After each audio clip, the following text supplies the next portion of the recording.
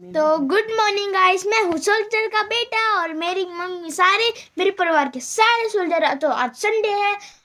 तो आज दोनों बच्चों की डिमांड पे ब्रेकफास्ट में बन रहा है चाउमीन। मेरी कोशिश ये रहती है कि मैं बच्चों को कम खिलाऊं, लेकिन कभी कभी बच्चे जब जिद करते तो मुझे बनाना ही पड़ता है, लेकिन फिर भी गैप देती हूँ मैं इन सब चीज़ों में। तो ये बताओ कि आज ब्रेकफास्ट में क्या बन रहा है? क्या खाओगे? चाउमीन। तो मैम ने इतना सारा मुझे काम दे दिया कि मुझे संडे को भी छुट्टी नहीं मिलती है। मम्मी पक्का मुझे पढ़ाने बिठाएगी, है ना मम्मा?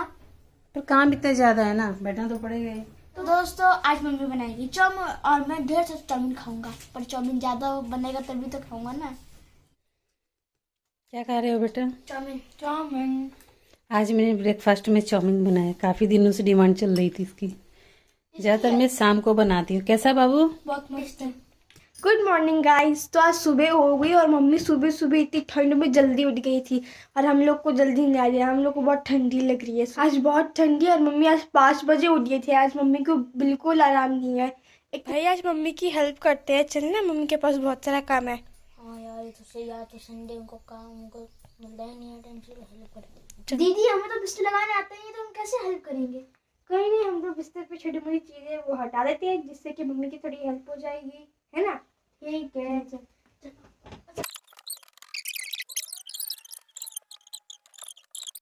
हमने बिस्तर तो क्लीन कर दिया, जो छोटी मोटी चीजें हमने फैलाई थी। तो अब चलते हैं टेबल पे, है ना? नहीं। अरे दोस्तों, आप ही बताओ, गाना लगा के काम करना कितना मस्त लगता है? मस्त लगता है ना? तो चलो गाना लगाता हूँ। तो अभी इधर मैंने जो टेबल गंदा हो रखा था उसको क्लीन कर दिया है।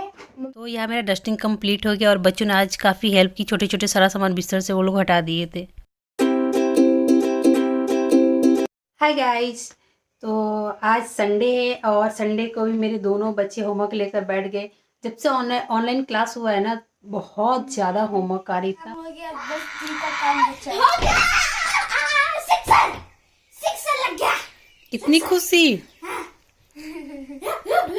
वो खुशी किस लिए भाई? सिक्सर लग गया। बताओ, बताओ मेरे व्यूअर्स को बताओ, इतने खुश क्यों हो गए? ये खुशी होमवर्क होने की नहीं है, एक्चुअली में 12 बज गया है और ये टाइम है दोनों के खेलने का। देख रहे बाल गीला करके आ रहा है, ये मेरे खुद के बाल नहीं सूखे है। तो यहाँ पर आ गई हूँ मैं किचन में लंच बनाने के लिए, पर मैं आज जल्दी लेके लंच बना रही थी क्योंकि बच्चे बाहर खेल रहे थे और मुझे डर भी लग रहा था क्योंकि वो अकेले थे वहाँ पे। और यहाँ पर ना एक पैर मेरा किचन में था, दूसरी पैर बाहर था, क्योंकि मैं बार बार जाकर बाहर उनको देख भी रही थी। जल्दी जल्दी खाना दो, भूख लगी है। खेलने के बाद इतना भूख लगता है कि इंतजार नहीं होता। क्या बना है? फ्राई चावल। ओह माँ, कितना यम्मी लग रहा है देखने में, मुंह में पानी आ गया। Tasty tasty. तो गाइस, जैसा कि आप सबने देखा, आप सब जानते हैं कि हमारे इंडिया में 2 वैक्सीन आ चुकी है, कोविशील्ड और कोवैक्सीन। लेकिन बहुत ज़्यादा टाइम हो गया इनको आते आते, क्योंकि ये एक आम बीमारी तो थी नहीं, बहुत बुरी बीमारी थी। ऊपर काफ़ी रिसर्च करके दवा को लाया गया, बहुत टाइम लगना ही था, हम सब जानते हैं। लेकिन इसी बीच बहुत सारे लोगों ने अपने को खो दिया है। बहुत सारे के लोगों की लाइफ में कुछ पल ऐसे हैं जो बुरे सपने की तरह हमेशा के लिए घर बना लिया है, जैसा कि मेरी अपनी फैमिली के साथ हुआ है। बहुत दिनों से मैं सोच रही थी इस पे बात करने के लिए, लेकिन मेरी हिम्मत नहीं हो पा रही थी कि मैं कैसे आपसे बात करूं।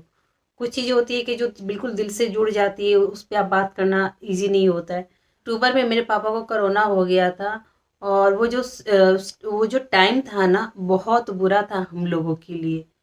बहुत मैं बोल सकती हूँ ना कि जो बुरा सपना था ना, हमारी लाइफ में हमेशा के लिए रहेगा, हम उसको भूल नहीं पाएंगे कभी। मेरे पापा को पॉजिटिव हुए थे तो उस टाइम में वीडियो नहीं डाली थी, आप मेरे चैनल पे जाके देख सकते हो। काफ़ी दिनों तक मैं दूर रही अपने चैनल से, वीडियो से मेरी हिम्मत नहीं हो पा रही थी कि मैं वीडियो बनाऊँ।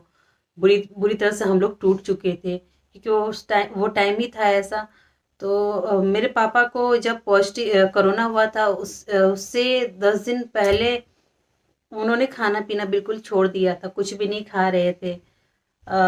मतलब एक तरह से बोलो कि वो बिस्तर पे पड़ गए थे, ना हिल डुल पा रहे थे, खाना वाना सब छूट गया था। हमें लगा कि शायद, और मेरे पापा शुगर पेशेंट है, वो उनको डायबिटीज है, तो हमें लगा कि पापा का शुगर बढ़ता रहता है, तो ऐसे कभी कभी होता रहता है बीच में। लेकिन हमें नहीं पता था कि हमारे पापा पॉजिटिव हो गए हैं। तो ऐसे ही मेरा भाई, मैं उसको बाबू बोलती हूँ, उस वो एक नॉर्मल डॉक्टर के पास, जो उनका डेली रूटीन का जो डॉक्टर है, जहाँ हम उनका हर 3-4 महीने पे चेकअप कराते, तो वहाँ लेकर गया। तो उन्होंने शुगर वुगर उन्होंने चेक किया, तो बोले कि आपके पापा का शुगर तो बढ़ा है, लेकिन वो भी बेचारे नहीं पकड़ पाए, क्योंकि हम पापा को बहुत सेफ्टी से रखते थे, उनको कहीं बाहर नहीं जाने देते थे, हम किसी से मिलने भी नहीं देते थे, क्योंकि एक तो ओल्ड एज है, ऊपर से वो शुगर पेशेंट है, तो हम किसी से मिलने भी नहीं देते थे। तो वहाँ पे जाने के बाद उन्होंने कुछ दवा ववा दिया, फिर वो दवा असर नहीं किया, क्योंकि वो चीज़ था ही नहीं जिसके लिए हम दवा करवा रहे। फिर 10 दिन बाद पापा को बुखार उखार लगना स्टार्ट हो गया। केवल बुखार ही था, और कोई सिम्टम्स नहीं थी, खांसी नहीं थी, जुकाम नहीं था, बस केवल फीवर ही था। तो ऐसे ही मेरे भाई के मन में हुआ कि चलो पापा के चेकअप करा लेते हैं, क्योंकि ये सिचुएशन है कि थोड़ा सा भी बुखार होता है तो मन घबरा जाता है। तो भाई मेरा गया चेकअप कराने के लिए, वहाँ के हमारे जो लोकल एरिया में जो हमारे डॉक्टर है, वहाँ पे सुविधा थी चेकअप कराने की, वहाँ गया। तो वहाँ जाने के बाद चेकअप हुआ, तो पापा मेरे पॉजिटिव आ गए। तो जब वो सिचुएशन, वहाँ से हमारी दिक्कतें स्टार्ट होती, जब पापा का रिपोर्ट आया। जो डॉक्टर हमारे पापा को ट्रीट कर रहा था, फिर उसने जब सुना कि मेरे पापा पॉजिटिव है, पापा को वो छोड़ के भाग गया, वो डॉक्टर। बहुत बुरी हालत थी।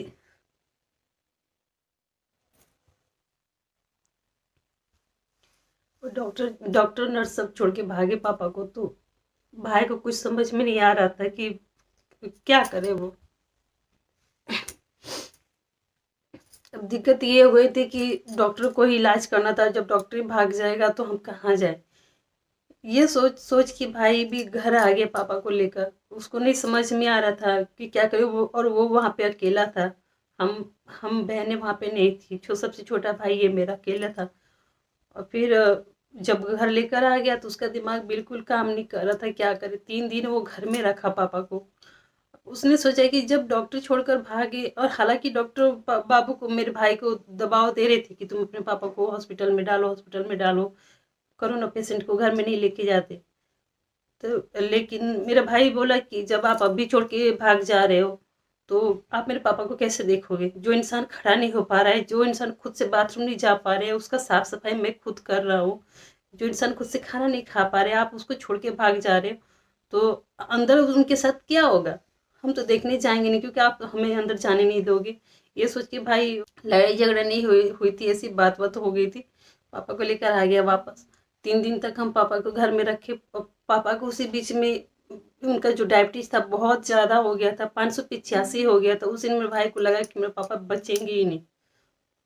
फिर हमारे पास मेरी बहन, बड़ी वाली बहन फ़ोन की, बोली कि पापा का बहुत ज़्यादा तबीयत खराब हो गया, पापा का 585 हो गया है, और कुछ समझ में नहीं आ रहा क्या करे। एक शुगर पेशेंट को घर में रख के इलाज करना ईजी नहीं होता। उनको क्या दे, उस बीमारी में दो बीमारी एक साथ है, तो उनको क्या दे क्या नहीं दे, कुछ समझ में नहीं आ रहा था।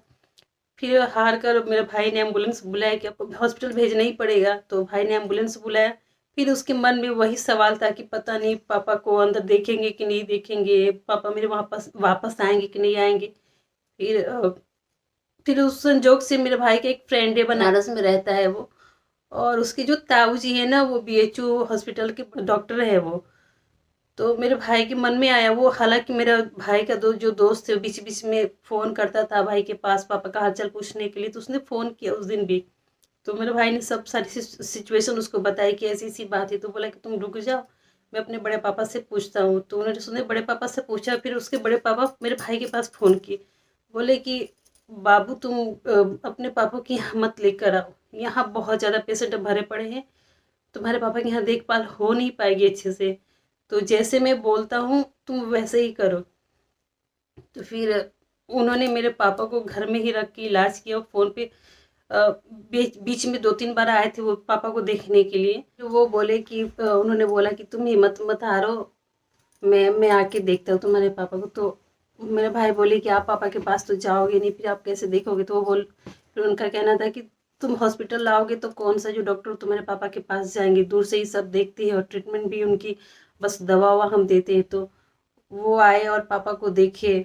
फिर उन्होंने बहुत मेहनत की, बड़े डॉक्टर थे वो, अच्छे से पापा को इलाज किए। वो एक फ्रेंड की तरह वो काम कर रहे थे, पापा का इलाज भी कर रहे थे, साथ में मेरे भाई को, मेरी पूरी फैमिली को सपोर्ट भी कर रहे थे। हिम्मत मत हारो, ठीक हो जाएगा, ऐसा नहीं है अब हिम्मत हार जाओगे तो मेरे पापा कैसे ठीक होंगे, क्योंकि था कि एक पापा शुगर पेशेंट और उनके अंदर था कि मैं बचूंगा नहीं, क्योंकि हम यही तो देखते आ रहे हैं कि कोरोना पेशेंट खत्म हो जा रहे, कोई नहीं बच रहा। बहुत ज़्यादा अफवाहें भी फैल गई थी इस बीमारी को लेकर कि कोई बचेगा ही नहीं, हम सबके अंदर डर बैठ गया था, मेरे पापा के अंदर भी वही डर बैठ गया था।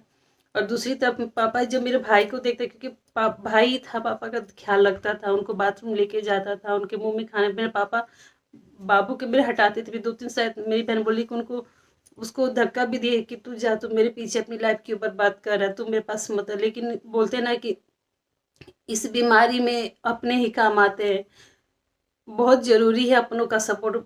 बहुत बच्चे ऐसे हैं जो अपने माँ बाप को हॉस्पिटल में फेंक के आ जा रहे हैं, उनको देखते नहीं है, देख नहीं रहे कि हम मेरे एक इंसान की वजह से मेरी पूरी फैमिली को कहीं कोरोना ना हो जाए। लेकिन मेरे भाई ने उनको उनको ठीक करने में अपना ज़िंदगी दाव पे लगा दी, अपनी लाइफ दाव पे लगा दिया उसने।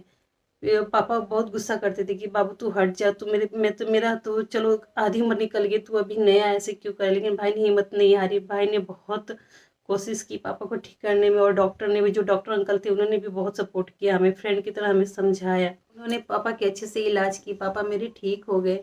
लेकिन वो जो दौर था ना काफ़ी भयानक था, बहुत बुरा था वो दौर। हम मेरी पूरी फैमिली उसको कभी नहीं भूल पाएंगे। शुगर तो था ही, लेकिन ऐसा नहीं था कि पापा का तबीयत कभी ख़राब नहीं होता था, पापा का तबीयत बीच बीच में ख़राब, लेकिन ये जो बीमारी थी ना, सुन के इंसान के ना रोंगटे खड़े हो जाते थे कि हाँ ये चीज़ है। तो उन्होंने काफ़ी अच्छे से ट्रीट किया पापा को, पापा धीरे धीरे ठीक भी हो गए हैं, अभी मेरे पापा बिल्कुल ठीक है। लेकिन वीकनेस है उनके अंदर अभी भी है, बीमारी ऐसी है कि थोड़ा थोड़ा ना शरीर को हार्श करके जा रही है, नॉर्मल बीमारी नहीं है। बीती में सुनाने का मकसद यही है कि लाख चाहे वैक्सीन आ गई हो, सब कुछ है, लेकिन आप लापरवाही कभी मत करना। हमने लापरवाही नहीं की, मेरे पापा को हमने लापरवाही नहीं करने दी, हम उनको घर में रखे, किसी से मिले नहीं दिए थे, फिर भी पता नहीं उनको कैसे लगे, मुझे हम लोग को नहीं समझ में आया कि हमारे पापा कैसे पॉजिटिव हो गए। बाद में हमने पूरी फैमिली का भी चेकअप कराया, किसी को नहीं था। भाई को भी हल्का सा जुकाम उखाम था। पूरी फैमिली को हमने दूर कर दिया उनसे, केवल मन नहीं मानता है यार कि अपने घर में आपका एक मेंबर बीमार पड़ जाए और आप उनको छोड़ के दूर हो जाओ, लेकिन होना पड़ता है ना, क्या कर सकते। तो मैं ये बोलूँगी कि आप लोग लापरवाही मत करना, ठीक है। काफ़ी लोग लापरवाही कर रहे हैं अभी भी, तो बस यही है कि आप लोग ख्याल रखो अपनों का। अभी भी है, ऐसा नहीं कि बीमारी नहीं है, अब अभी भी लोग मर रहे हैं, अभी भी न्यूज़ में आ रहा है कि बहुत खतरनाक बीमारी है ये। वैक्सीन आ गई है तो क्या, वो हमें अभी भी सावधानी से रहना है। तो बस यहीं तक, आगे मुझसे और बोला नहीं जाएगा। पापा मेरे अभी ठीक है और बहुत दिन हो गए उनसे मिले हुए, मन करा मैं कब जाऊँ उनसे मिलूँ, तो देखते कब तक जाते हैं।